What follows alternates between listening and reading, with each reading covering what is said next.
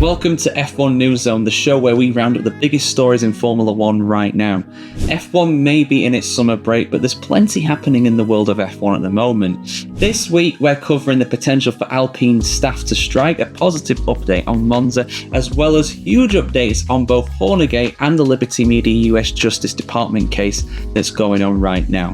So, let's dive into the action, guys. Good news, everyone! The 2024 Italian Grand Prix is on, it's official. After some upgrades were taking place at the Monza circuit, the Italian Grand Prix organisers have announced that they have passed the FIA tests, they have met the deadlines, so this race is on. And on top of that as well, the contract, which is up for renewal after the end of the 2025 season, is going to be renewed according to the, likely going to be renewed according to the race organisers as well. They're very, very confident of that happening. But yeah, let me just read out this news announcement here. Full article on the F1 Chronicle as always, guys. So, the Italian Grand Prix officials are confident they are heading down the road towards a new Formula 1 race deal. La Gazzetta dello Sport reports that Monza has successfully met its deadline for required upgrade works in the nick of time with the 2024 Italian Grand Prix scheduled for late August. The fabled circuit's surface has been completely re-asphalted,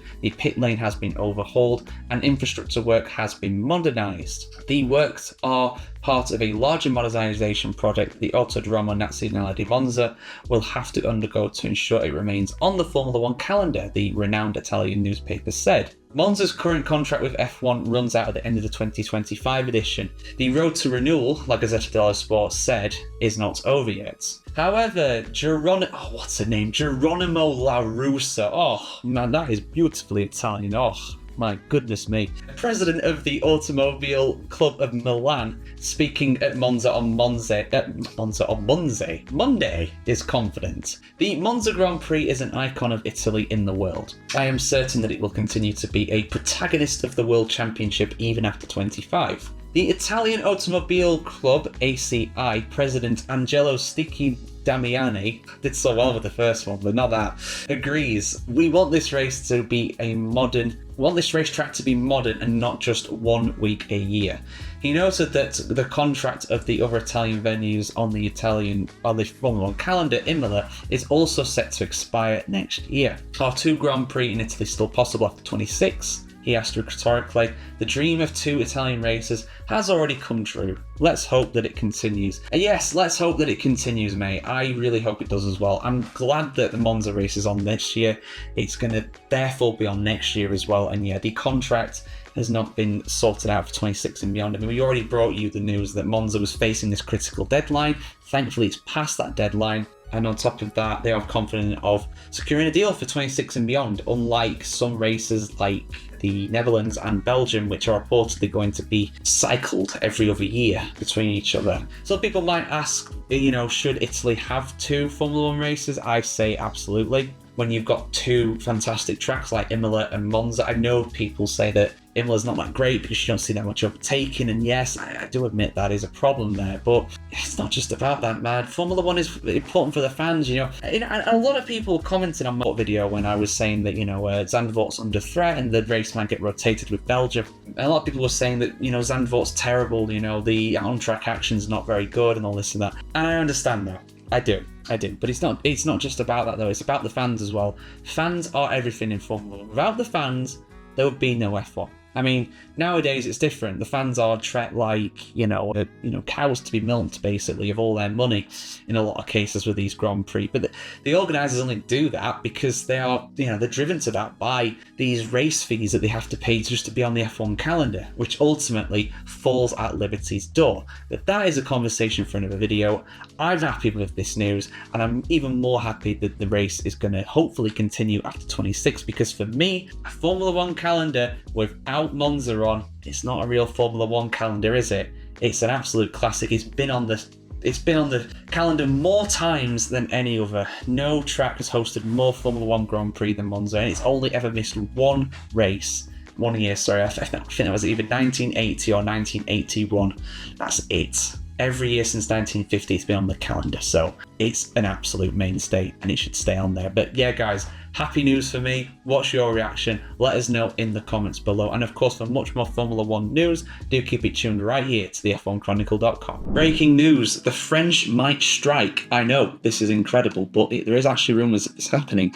Specifically in a Formula 1 sense from Alpine, who were of course heavily rumoured to be getting rid of their engine programme and also heavily rumoured to potentially be out of Formula 1, maybe. The Renault brand might disappear from Formula 1 for the first time in a very long time. But yeah, there are reports coming out of France of Alpine's work F1 engines falling silent even earlier than planned, according to the media. And before he stepped down as team boss in the last few days, Bruno Famin admitted that that Renault's works team was treading very carefully as it plots a new course as a paying user of customer power units for 26. But there are rumours of that happening even earlier. There are rumours of them getting a Mercedes engine for 25 if the engine fits in the car without them having to make modifications compared to the Renault power units being used now. That's all it puts some maybes, but the fact it's been talked about, that's going to... Imagine if you know, we talk about this, but imagine if you were one of those engine workers. Imagine if that was your job. Like,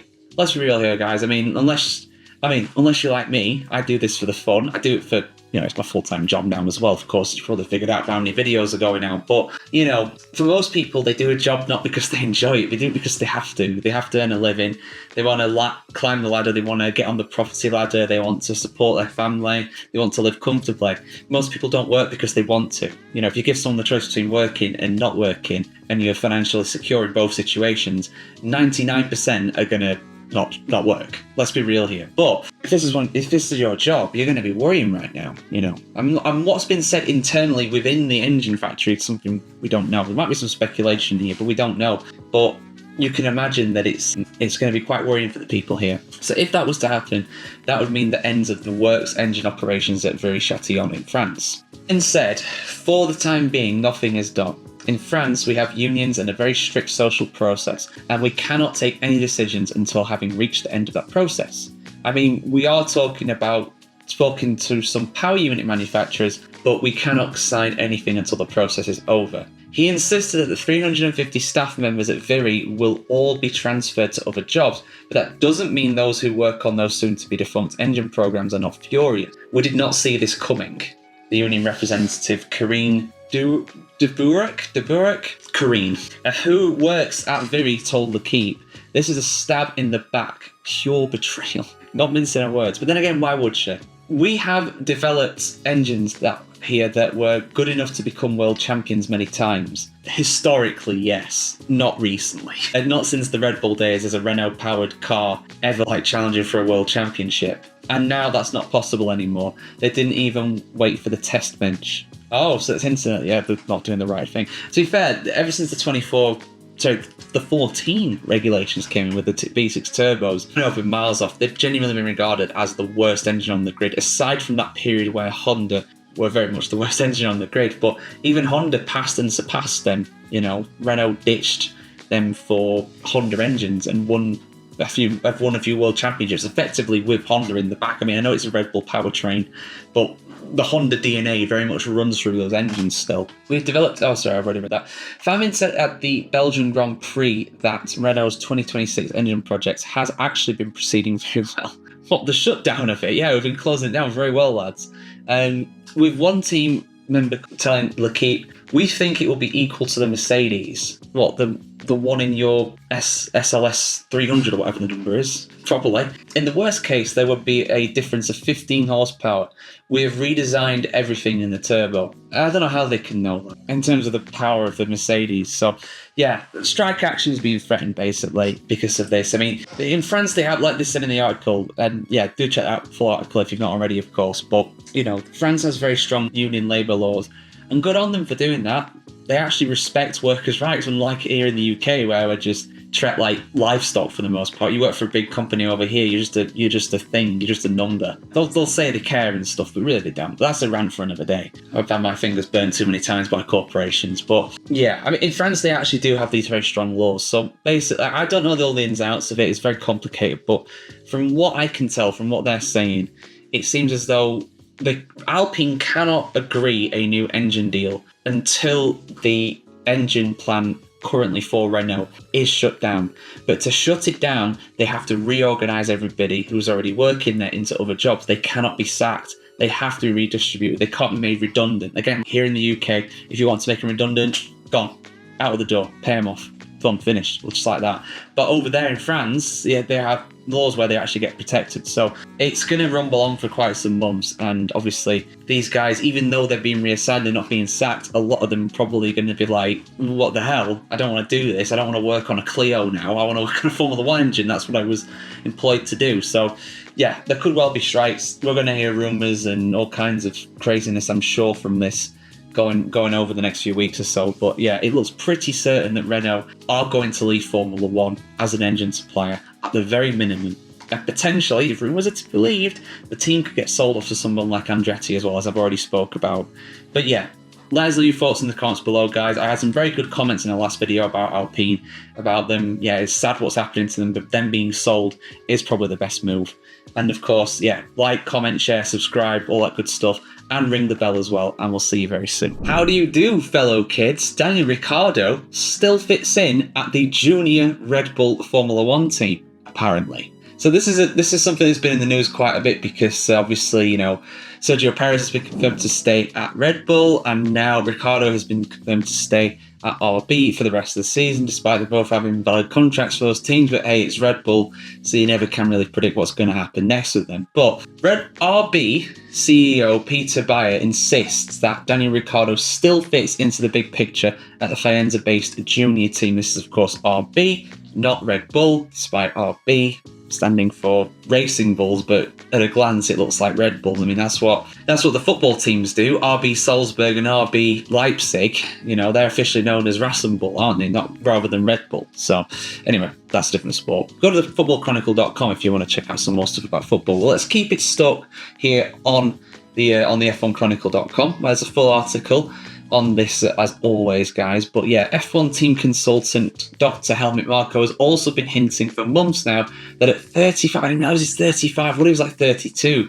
At 35, the Australian driver no longer fits the profile of RB. He said, and I quote, "The shareholders have made it known that it is a junior team and we have to act accordingly." Ricciardo, however, insists that just before the start of the August break that he actually does not see RB as Red Bull junior team. It is though, isn't it? Come on. I mean, you could maybe argue when it was AlphaTauri and it was, you know, pushing the fashion brand that it was something different, you know, but right now they're just RB, so they are literally a second Red Bull team. With AlphaTauri, at least, it was a fashion brand, it was something different. Before that, you had Toro Rosso as well, which is Red Bull in Italian, if I'm not mistaken, so it's literally the same. But Ricciardo said this: "I think that in their Red Bull's intentions and the way they go about it has made some people kind of stand up and say, all right, this isn't a junior team anymore." I'm not so sure I agree with that, to be honest, but he's going to say this, isn't he? Many expected team owners at Red Bull to decide at a key post-Belgian Grand Prix meeting earlier this week to oust Ricciardo and replace him with, well, he's not technically a rookie anymore, but Liam Lawson, who is a lot younger and, you know, got some big potential, I believe, as well, to be fair. But Ricciardo survived that meeting and will keep his seat for at least until the end of the season. But next season, I think it's going to be a different kettle of fish, because I think they probably will put Lawson in. They're not going to be having Lawson be this involved with the team without having him in the team at some point. And the same goes for Isaac Hadjar as well. Hadjar is doing an incredible job in F2 right now, so I think he'll be in F1 before long, but 25 is probably a little soon for him. Bayer has admitted, though, that he can see Marco's point of view. Helmut argues from his position in a logical way. He is responsible for the junior team, and therefore it is logical that he always has an important say when it comes to the drivers. He has the authority and the knowledge, and he is very focused on the subject of juniors. I see a broader picture from the team in the long term. It's not so bad for UK to have an experienced teammate. It's the famous big picture. And that's a good point, actually. Having a experienced driver and having a less experienced driver is good, but let's not forget that Yuki Tsunoda's in his 4th season of Formula 1 racing now. He'll be in his 5th season next season. He'll be on 100 Grand Prix next season. So at what point does he become experienced? For me, if you've done 100 Grand Prix in this modern era of Formula 1, you're a pretty experienced driver, in fairness. So Yeah. He also said, yes, we have to develop young drivers, but you can of course also explain it in the way that Yuki is not quite ready yet. He learns a lot from Daniel when it comes to technical feedback. He has also learned a lot from Daniel in terms of controlling his emotions, which I think is probably quite good, because if you heard his radio outbursts like a year or two ago, they were quite violent. I mean, they were almost as bad as Max Verstappen's have been recently. He learns how to structure and plan a weekend, so in short, he's learning. We are still polishing the rough diamond that is Yuki with Daniel's help. That is why Daniel's place in the team is justified. You know what, it's hard to argue with that. He has been doing better than him. When Tsunoda first burst onto the scene in Formula 1, then first few races he did in 21 were incredible. But then he just fell off a cliff, the pressure got to him, and it looks as though he might be kicked out of the team in 21 or 22. But since then, since Ricciardo was coming as a full-time driver as well, he's done a lot better. His performances have been fantastic. I mean, yeah, he was doing really well in 23 before Daniel came in, but it's hard to argue with that. But if you're having a driver just purely there to try and educate another, at what point does Daniel become redundant? Because he will have been there for like a year and a half by the end of the season. He's been there for a year already. So at what point has he imparted all the knowledge he's going to impart? And at what point does he become a drag on the team when you've got Lawson doing very well in F2 anyway, a season ago, and putting pressure on for a race seat, and of course doing very well for AlphaTauri last season when he was a stand-in Ricciardo. It's an interesting one. I would personally get Lawson in the car, no disrespect to Daniel, but yeah, 35 years old. That's not a Red Bull Junior driver, and despite what he says, this is the Red Bull Junior team. That's what it is. It always has been, it always will be. But yeah, that's my thoughts, guys. Let us know in the comments below. And for much more Formula 1 news, keep it tuned right here to the F1Chronicle.com. So the rival teams to Renault Formula 1 have not really minced their words when it comes to the likely exit of the French manufacturer as an engine manufacturer in Formula 1. It's looking likely as well that they might actually sell the team, but what's pretty much certain is that the engines are going to go after 25. But yeah, their rivals have not been too kind, really, when they've been saying, oh yeah, basically don't let the door hit you on the backside on the way out. Let me just read what's been said here, because yeah, this comes across as just like, yeah, we don't care, really. We've got more engine manufacturers coming into the sport, so you leaving really doesn't make any difference to all the sport. That's how I read it anyway. Let me just go through this full article on the F1 Chronicle, as always, guys. Do check it out if you haven't already.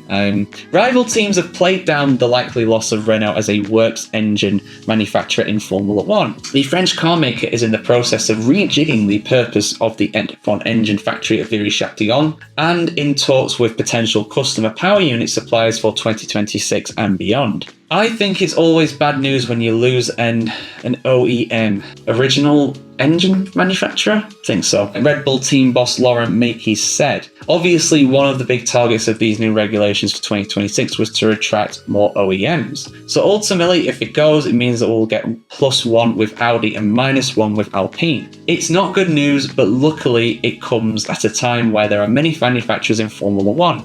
So I'd say that the sport can well afford this change. Yeah, because of course Audi are coming in as a works manufacturer, Honda are coming in as a engine supplier to be the works engine of Aston Martin effectively, and then you've obviously got Ford that are coming in to sponsor the Red Bull powertrain as well, and of course Cadillac as well, hopefully coming in as an engine supplier eventually too. Alessandro Aluni Bravi, representing the newly Audi-owned Sauber team, that is a mouthful, agrees with Mekies that Renault's apparent decision does not mean the 26 engine framework has already failed. I think that the PU regulations are very attractive for new manufacturers, and of course Audi is the perfect example. So I think it's something that's different from Renault's decision here. I think as Formula 1 we need to be clear on this. Sometimes it can happen, and that's true, they can leave and pack their bags whenever they want to, and I think it is kind of sad in a way, because we've not had a had a Renault engine on the grid for over 30 years, I think, at this point. I can't remember the last time this happened. So it is sad from that, from that kind of regard. But at the end of the day, Renault haven't really had any success since they've come back. Ever since, obviously they had a lot with Red Bull in the V8 era, but ever since Red Bull went to Honda, they've had a lot of success there. And right now, the only team on the grid that has Renault engines is Renault. Is Alpine, effectively, The likes of McLaren have had them before, it just didn't work out. Red Bull, it didn't work out with them for a long time in the V6 era. Ever since we switched to the V6 era, the Renault works team, Alpine, before Renault, have only had one Grand Prix win in that time. In nearly 10 years. If that's not a failure, I don't know what is. Yeah. And while F1 is losing Renault as an engine manufacturer, Red Bull is adding a power unit program to his existing status as a pure chassis designer. Christian Horner says that he is open to supplying Red Bull Ford engines to customer teams in the future. He said, with our facilities, we can supply engines to 4 teams, he said. In the short term, we are focusing on the 2 Red Bull teams, but we are open to this in the future. The F1 world is currently waiting for Renault Alpine's next move in Formula 1 as speculation starts to mount that a new executive advisor, Flavio Briatore, was really brought on board to prepare the team for sale. And that is what Gerard Leroux said in another story I brought you guys not too long ago either. We've also got the new team principal in Oliver Oakes as well. I will read out just the last bit of this article here. Auto Build thinks the installation of high-tech founder Oliver Oakes as the new team boss is a sign that Alpine could be acquired by investors linked with the Russian billionaire Dmitry Mazepin. Oh no, no. It was the father of former driver Nikita Mazepin. The new shareholder at High-Tech since 2023 is Vladimir Kim, a billionaire from the former Soviet Republic of Kazakhstan, said correspondent Ralph Bach. And that's apparently why High-Tech couldn't come into Formula 1 because of their links to Kazakhstan and by default Russia. He is also considered a confidant of Mazepin. Briatore also has connections to Russia and Azerbaijan because he does. Of course he does. Why wouldn't he? Flavio. Yeah, he gets about, doesn't he? He really gets about. So there we go, guys. The Mazepins could be back in Formula 1. Great. I didn't expect to be reading that. But yeah, basically the stuff from Red Bull kind of just reads as, yeah, tough. Because we obviously know that they had a very messy divorce from Renault back in the day, back in 2018 or whenever it was. So yeah, imagine if Red Bull supply Alpine. Imagine. The tables have very much turned, but I think it's more likely Alpine are going to go out of the sport. But will Formula 1 allow a sale to a Kazakh investor who has strong links to Mazepin? I don't think they would. But could they stop it? Probably. We'll have to see. But yeah, guys, I want to hear your thoughts on this as always. And yeah, for much more Formula 1 news content, keep it tuned right here to the F1Chronicle.com. So, Liberty Media are in a bit of hot water over their rejection of Andretti as a constructor in Formula 1. Let's have a look at this, because we did bring you a while ago that I think it was the US Congress was actually looking into the decisions and the real reasons behind Andretti being rejected by Formula 1 to join the grid as an 11th team. Now, I've already spoke at length about this and my opinion and everything, and I will give my opinion after I've read this article out. Shout out to Philip Clearan over on motorsport.com for covering this. That's the article I'm reading from this one. So, the Formula 1 owner Liberty Media is facing an antitrust probe over the Andretti rejection. The US Department of Justice is officially looking into Formula 1 owner Liberty Media's rejection of Andretti Global. Liberty Media has announced that it is facing an investigation by the US Department of Justice over rejecting Andretti Global's Formula 1 bid. CEO Greg Mathai confirmed in a quarterly earnings call that the company owning Formula 1 is officially being probed by the Justice Department's antitrust division over the legality of F1 refusing entry to Michael Andretti's team. So yeah, basically it wasn't the Congress, it was the Department of Justice that are looking into this. Because Liberty Media are an American company and Andretti, of course, are an American company as well, it's a US internal matter effectively. And now the official reason was that the teams rejected them, the teams didn't want them to be there, but yeah, there's some shady dealings and stuff like that allegedly going on. But again, I'll give my opinion at the end of this. Partnering General Motors brand Cadillac, Andretti has long been pushing for a Formula 1 entry as an 11th team, setting up a Silverstone base and going on a widespread recruiting spree, which includes former F1 man Pat Simmons. And while the FIA accepted Andretti Global's bid on the technical level, F1 itself has kept the door shut on the American powerhouse because it didn't feel that Andretti could become competitive in the medium term and therefore wouldn't provide enough commercial value to the series, which was at the time was a decision that I found farcical. I mean, I said that, they've allowed Haas in and Haas were not competitive, although since then Haas have become quite competitive this season. But, you've got Sauber at the moment, which I would not say are very competitive. They have 0 points this season. And to say that Andretti can't compete before they've even tried to compete is ridiculous. They have a proven track record in other series like IndyCar. They're a very successful outfit. And to say that they can't compete is downright disrespectful and a lie, in my opinion. And that is why they're being probed by the Justice Department. F1 teams have also been reluctant to accept Andretti because they would have to share the prize pool with an additional entrant. And yeah, this is part of my opinion, what I give about this as well. Formula One, in my opinion, is a cartel.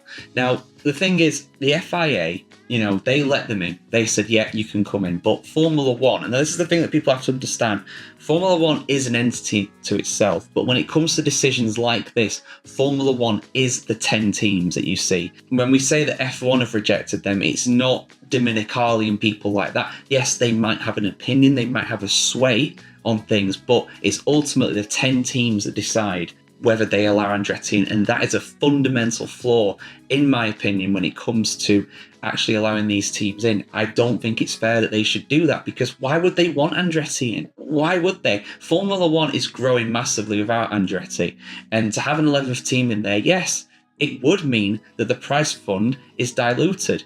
And all these teams are saying, oh, we're losing money, we're doing this out, we're competing for the love of the sport. No, not at all. You're in Formula One to make money. They all are. That's just a fact. Just be honest about it. They are a business at the end of the day. They're all private entities. They're not in it for the love of the sport. Those days are gone. Those days are dead. With the exception of maybe McLaren and Ferrari, but even them, they're in it for the money. And if it wasn't profitable for them in some way, if it wasn't good for them overall, they wouldn't do it. Simple as that. Ferrari's, threatened to leave Formula One more times than you can count over the years. Yeah, so Maffei said that Liberty Media would cooperate with the US Department of Justice and was confident F1 hasn't breached any US regulation. So yeah, this is the thing. They are apparently in breach of regulations. We don't know what's going to happen with this in terms of this going to court or whatever like that. But yeah, they're being probed now. They're being investigated, and from that investigation, they might decide to go to court. They might decide there's nothing there, nothing illicit. So just carry on, keep calm and carry on, lads. So we're going to see what's happening with this. It's not going to be a quick process. It's, justice moves slowly with these things usually. It'll take a good few months for them to go through all this most likely. But yeah, my take on it all is that I think Andretti actually should be allowed into Formula One, and I think it's farcical they've not been allowed to. Formula One should be crying out for teams like Andretti to come into the sport. They're not HRT, they're not, Virgin Racing, they're not 40. This is an established historic name in motorsport. When you think of Andretti, you think of American racing. Michael Andretti, Mario Andretti, absolute greats of their sport. Mario, of course, a Formula One world champion in 1978. So these guys are not jokers. They're not new to motorsport. They've been, the Andretti name's been in motorsport for the last 60 years in one way or another. So they are absolutely, ready for this. And they've shown their commitment to it by hiring people and building a factory for a Formula One team that doesn't exist yet, effectively, So they should absolutely be let in my opinion. I think it's a travesty they haven't been. And, I hope Liberty Media, pay for their decisions. If their decisions have been judged to be illegal, they should pay for it. But we'll see what happens. We'll bring you more news on this as it develops here on the F1Chronicle.com.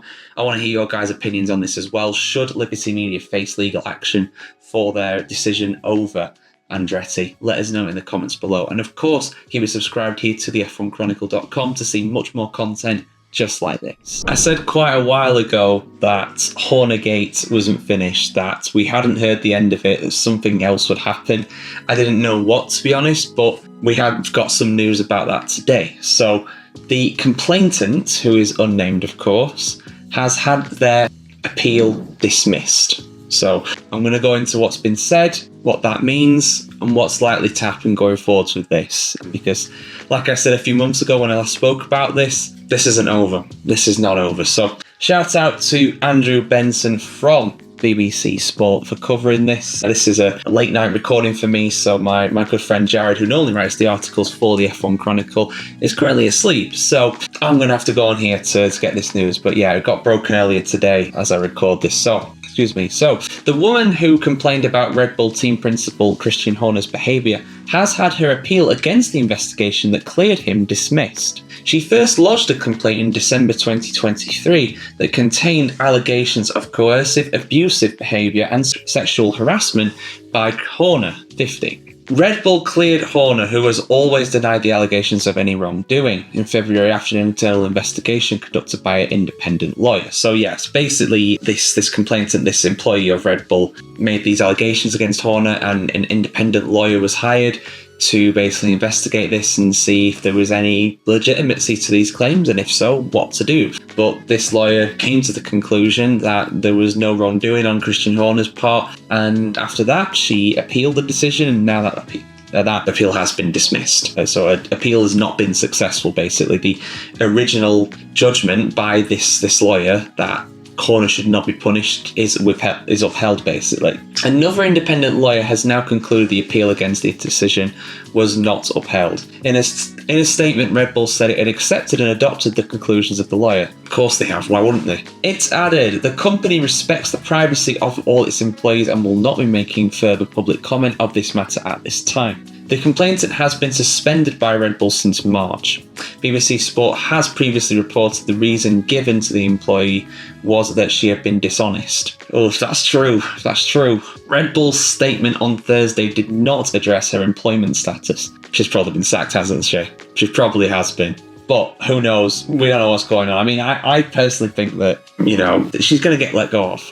She's going to get let go eventually, if she's not already. And at some point, some sort of agreement, some sort of NDA or something like that will probably be expired. So then we might get the full story from her. Whether that story is true or not, that's up to interpretation, of course. But we've not heard the end of this. We have not. The company has not given further details of the case, citing confidentiality since the investigation came to light in early February. The day after the complaint was dismissed, a cache of messages purporting to involve Horner was leaked to nearly 150 senior F1 personnel and media. Now, the WhatsApp, a lot of it's on WhatsApp. The G Drive dump that was done. I went through all those at the time, and I don't know whether that was Christian Horner or not that this person was allegedly messaging. These messages have been rubbished by Red Bull. Well, not rubbished actually, they've just not commented on them. Same with Horner. And if they're fake, they are some of the best fakes I have ever seen. Whoever's made don't get me wrong, there are some really sad people out there. There are some people that will spend their entire lives trying to ruin other people's lives. It happens more than you'd think. But to go to the effort of doing that and making it look as legit as it did, if they're fake, they're the best fakes I've ever seen. And that's all I'll say on the matter. And this whole thing is, it's allegedly meant that, Adrian Newey's leaving the team, and where he's going, of course, but he's leaving the team after the season. There's been rumblings, of course, of Max Verstappen leaving the team over it as well. Christian Horner's job was under threat as well on top of that. Verstappen looks like he's staying put, Horner looks like he's staying put. But so I do think we've not heard the end of this. I do think that those messages, if they are fake, like I said, they are the best fakes I have ever seen. And this is just my opinion. You can disagree with it all you want. There's a lot. The fact is that there's a lot we don't know about this still. So like I said, we've not heard the end of it. Maybe something will come out after this year. Maybe this lady's contract expires at the end of 24. We don't know. We don't know what the employment status of this lady is at the moment. She might still be at Red Bull. She might not be. We don't know. So we'll see. It's interesting how this happens in the summer break as well.